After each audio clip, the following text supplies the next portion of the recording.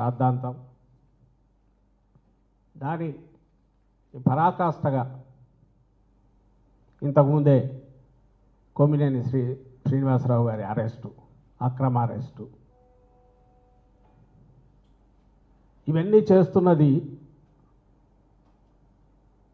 అధికార party, ruling party. 6వ తేదీ ఉదయం చర్చలో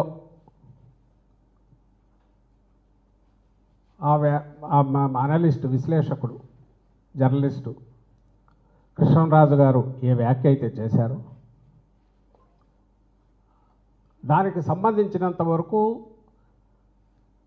ఆ సమయంలో సబ్జెక్టు చాలా మీడియాల్లో వచ్చిన సంబంధించింది ఇష్యూ అయినా అందులో అమరావతి చుట్టుపక్కల ఆయన మెన్షన్ చేసినప్పుడు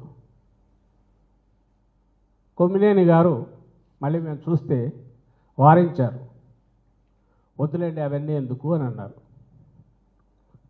అలాగే మీరు ఏదైనా చెప్పినా అది దైవదూషణలాగా భావిస్తారు, అమరావతి చుట్టుపక్కలైనా ఆ పేరు అని ఎవరు ఏదన్నా దాన్ని చాలా ఇదిగా రియాక్ట్ అవుతారు, ఎందుకు జాగ్రత్తగా ఉండండి అని కూడా హితవు చెప్పినట్టున్నారు. అదే ఆయన వారించాడు, ఆ వ్యాఖ్య అయిపోయింది, డిబేట్ అయిపోయింది, అది ఎవరు చూశారో తెలియదు. దాన్ని తర్వాత రిపీట్ చేయడం కానీ ఛానల్లో లేదా సాక్షి పత్రికలో దాని గురించి వేయడం కానీ లేదా దాన్ని ఉటంకిస్తూ ఏదో కృష్ణరాజు కానీ లేకపోతే కొమ్మినేని కానీ లేదా మరో నాయకుడు కానీ ఇంకో సంస్థ కానీ ఎవ్వరు ఎక్కడా మాట్లాడాల. ఎందుకంటే డిబేట్ అనేది నలుగురిని ఓ దగ్గర కూర్చోబెట్టి చర్చా వేదికలో మోడరేటర్గా ఛానల్ నుంచి ఓ జర్నలిస్టో ఒక యాంకరు ఎవరో కూర్చొని నడుపుతారు, ప్రెజెంటర్ ఉంటాడు, అందరికీ తెలిసిందే, రోజు చూస్తున్నది. ఇందులో ఏ అభిప్రాయాలు వ్యక్తమైనా అవి వ్యక్తిగతమైనవి. అయితే ఆ వ్యక్తిగతమైన అభిప్రాయాలు కొంచెం హద్దులు మీరినప్పుడు అవతల ఇంకెవరైనా వ్యక్తిత్వ హననానికో ఒక సెక్షన్ను బాధ పెడతాది అనుకున్నప్పుడు ఆ ప్రెజెంటర్ ఆపే ప్రయత్నం చేయాలి, చేస్తారు. ఆ పని కొమ్మినేని శ్రీనివాసరావు గారు ప్రయత్నం చేశారు. ఆ పాసింగ్ ఆ తర్వాత అతను వేరే సబ్జెక్టులు అయిపోయినట్టున్నాడు, అది రాలే. అతను ఏమైనా స్ట్రెస్ పెట్టి లేదు ఇట్లే అంటానని అతను అన్నట్లేదు, అది పాసింగ్ దీనిలాగా వెళ్ళిపోయినట్టుంది. తరువాత ఎప్పుడైతే 7వ తేదీ ఉదయం నుంచి ఓహో దీన్ని తీసుకొని మనం ఏదో చేయొచ్చని వాళ్ళు మొదలుపెట్టి దుష్ప్రచారం మొదలుపెట్టారు, ఆ మీడియా, సాక్షి మీడియా జగన్మోహన్ రెడ్డి గారికి చెందింది కాబట్టి, కుటుంబానికి చెందింది కాబట్టి వాళ్ళ మీద పర్సనల్ అటాక్ మొదలుపెట్టారు. ఇది అనవసరంగా వైల్డ్ దీనికి పోతోంది. ఉద్దేశం కాదు, ఛానల్ ఉద్దేశం కాదు, ఎడిటర్ ఉద్దేశం కాదు, ఈవెన్ డిబేట్ కండక్ట్ చేస్తున్న కొమ్మినేని గారి ఉద్దేశం కాదు, అండ్ ఈవెన్ అనలిస్ట్ కూడా ఆ సందర్భంలో అతను ఉచితం అనుకొని అన్నది కూడా తర్వాత ఎక్స్టెండ్ చేయలే. లైక్ వాళ్ళ ఛానళ్ళలో జరిగే డిస్కషన్లో స్ట్రెస్ పెట్టి అవును నేను అన్నది కరెక్ట్ అని ఒకవేళ వీళ్ళు వారించినట్టు నటించిన ఆ ప్రజెంటరు వాళ్ళు దుందుడుగ్గా మాట్లాడిన సందర్భాలు చాలా ఉన్నాయి స్ట్రెస్ పెట్టి. అలాంటిది కూడా ఇక్కడ జరగలే. ఏబిఎన్లోనో TV5లోనో చూస్తే ఆ ఛానల్స్లో వందల డిస్కషన్స్ అసలు మొదలు పెట్టడం దగ్గర నుంచి క్యారెక్టర్ అసాసినేషన్తో జగన్మోహన్ రెడ్డి గారి గురించి కానీ, వైఎస్ఆర్సీపీ నాయకుల గురించి కానీ, దుర్భాషలు అక్కడ డిబేట్లు పార్టిసిపేట్ చేసుకున్న వాళ్ళ గురించి కానీ, లేదా ఇంకొక నాయకుడు ఎన్నో జరిగినాయి. వాటన్నిటి నేను వాటిజోలు కూడా పోవట్లా. వాటిని ఎందుకు పట్టించుకోలేదంటే, మేమెందుకు వాటిని పట్టించుకోలేదంటే ప్రజలకు సంబంధించి ఆన్సరబుల్గా ఉండాలి, జవాబుదారీతనంతో ఉండాల్సిన పొలిటికల్ పార్టీసు ఇలాంటి ఇష్యూస్ మీద ఎక్కువ పోతే అసలు సమస్యలు పక్కకు పోతాయని మేము అధికారంలో ఉన్నప్పుడు వాటిని పట్టించుకునే వాళ్ళం కాదు, ప్రతిపక్షంలో ఉన్నప్పుడు వాటి అది కేవలం దుర్బలులు, అసమర్థులు, పిరికి వాళ్ళు, సత్తా లేని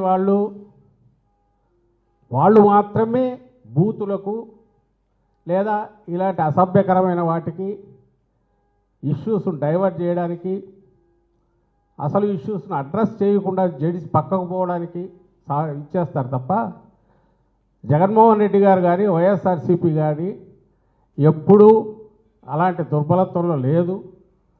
స్ట్రెంగ్త్ నుంచి మాట్లాడతాం కాబట్టి చిల్లర విషయాలను వాటిని పెద్దవి చేసో లేదా ఎక్కడో పాసింగ్ దీనిలాగా వచ్చిన ఇలాంటి వ్యాఖ్యలను దానినే భూతద్దంలో చూపో ఒక లేని ఇష్యూని క్రియేట్ చేసే ప్రయత్నం ఎప్పుడు మేము చేయలే. అది మాత్రమే చేయడం టీడీపీకి అలవాటు. అంటే లేని ఇష్యూని క్రియేట్ చేయడం లేదా ఎక్కడో దానంతట అది పాసింగ్ దీనిలాగా ఎక్కడో దాన్ని పట్టుకొచ్చైనా సరే అది మెయిన్ ఇంటర్నేషనల్ ఇష్యూలో జాతీయ సమస్యను చేయడం, దాని మీద ఒక విష ప్రచారానికి దిగడం, అసలు ఇష్యూను పక్కకు తోయడం. ఇది టీడీపీకి చంద్రబాబు నాయుడు గారికి అలవాటు. అదే మళ్ళీ చేశారు. మళ్ళీ ఒకసారి వెనక్కి వస్తే 6వ తేదీ ఉదయం జరిగితే 7వ తేదీ 19 నుంచి వాళ్ళు దుష్ప్రచారం మొదలు పెడితే 7వ తేదీ 3కో 3:30కో లోకేష్ ఎవరు ఇప్పుడు చంద్రబాబు నాయుడు గారి కుమారుడు నెంబర్ 2నో మరి ఆయన 1.5 ఏదో ఎక్కడో నెక్స్ట్ వాళ్ళ ఫాదర్ దగ్గర రావడానికి కుర్రూ తొలుగుతున్న వ్యక్తిగా చెప్తుంటారు కదా, ఆయన ట్వీట్ పెట్టాక అనుమానం వచ్చింది మా వాళ్ళందరికీ. వీళ్ళేదో ఒక ఆర్గనైజ్డ్గా పోతున్నట్టున్నారు, దీని మీద ఎక్కువ చేస్తారనుకొని. సరే నిజంగా ఎవరన్నా ఇదే అయ్యారేమండి. సాక్షి మీడియా అప్పుడే దానికి సంబంధించి స్టేట్మెంట్ ఇచ్చింది, ప్రకటన చేసింది. ఛానల్కి ఇది ఎలాంటి సంబంధం లేదు, ఇలాంటి వాటిని ఎంకరేజ్ చేయము, దానికి సంబంధించి ఖండిస్తున్నాము. అండ్ అది ఆయన వ్యక్తిగత అభిప్రాయమైనప్పటికీ అది కరెక్ట్ కాదని అప్పుడు చెప్పాము. మా స్టాండ్ ఇప్పటికే అది సాక్షి మీడియా స్పష్టంగా స్క్రీన్ మీద బిగ్ బ్రేక్ కింద పెద్ద స్టేట్మెంట్ ఇచ్చింది. ఆ అనలిస్టు జర్నలిస్ట్ కృష్ణరాజు ఆయన స్టేట్మెంట్ ఇచ్చాడు. రాత్రి వాళ్ళ ప్రచారం పర్సనల్ లెవెల్ దాటి అసహ్యకరమైన రీతిలో జగన్మోహన్ రెడ్డి గారి గురించి, భారతీయమ్మ గురించి మొదలైన తర్వాత వైఎస్ఆర్సీపీ అఫీషియల్ స్టేట్మెంట్ కూడా ఇచ్చాం. ఇది పార్టీకి సంబంధం లేదు, సాక్షి మీడియా ఆల్రెడీ ఇది చేసింది, ప్లస్ అతను ఇచ్చాడు. పార్టీ ఇలాంటి వాటిని ఎంకరేజ్ చేయదు, దాన్ని పూర్తిగా ఖండిస్తున్నామని చెప్పాం. ఇలాంటి వాటికి స్కోప్ ఇవ్వకూడదని చెప్పాం. దయచేసి దీని ఇంతటితో వదిలేయండి అని కూడా చెప్పాం. ఇది 7వ తేదీ జరిగింది. 8వ తేదీ ఇంకా ఎక్కువైంది. 7వ తేదీ ఒక స్థాయిలో జరిగితే 8 వచ్చేసరికి రాష్ట్ర వ్యాప్తంగా అని చెప్పి కంప్లైంట్లు 7వ తేదీ నుంచి మొదలయ్యాయి. 8 వచ్చేసరికి ప్రదర్శనలని ఆర్గనైజ్ చేశారు. ఇంకా ఆ దుర్భాషలు కానీ, వీధుల్లో వీళ్ళు దిష్టి బొమ్మలను దగ్ధం చేయడం కానీ, సాక్షి ఆఫీసుల మీదకి వెళ్ళడం కానీ, ఇంకా దాని అరాచకానికి పరాకాష్ఠగా కనపడుతుంది. అర్థం కాని విషయం, నిజంగా ఎవరైనా డెలిబరేట్ చేసినా కూడా అంటే కావాలని ఎవడన్నా అనింటి నాది పొరపాటు అయిపోయిందంటే అక్కడికి వదిలేస్తారు. అలాంటిది ఎలాంటి ఉద్దేశము లేకుండా అనుకోకుండా జరిగిన దాని మీద అప్పుడే కూడా ఒక స్టేజ్ వరకు రియాక్ట్ అయ్యి నిన్న కొమ్మినేని చెప్పిన దాంట్లో నేను కూడా చూశాను. అతను ఏ ఎక్స్టెంట్కి పోయాడంటే, నేను 18 ఏళ్ళుగా నేను ఇవి కండక్ట్ చేస్తున్నాను, చాలా డిగ్నిఫైడ్గా నిబద్ధతతో చేస్తుంటారని అందరూ అంటారు. నేను ఎక్కడ ఎవరిని ఎంకరేజ్ చేయను, భాష పరంగా కానీ మీరే పాతం చూడండి. ఇక్కడ కూడా వారించబోయాను. మేబీ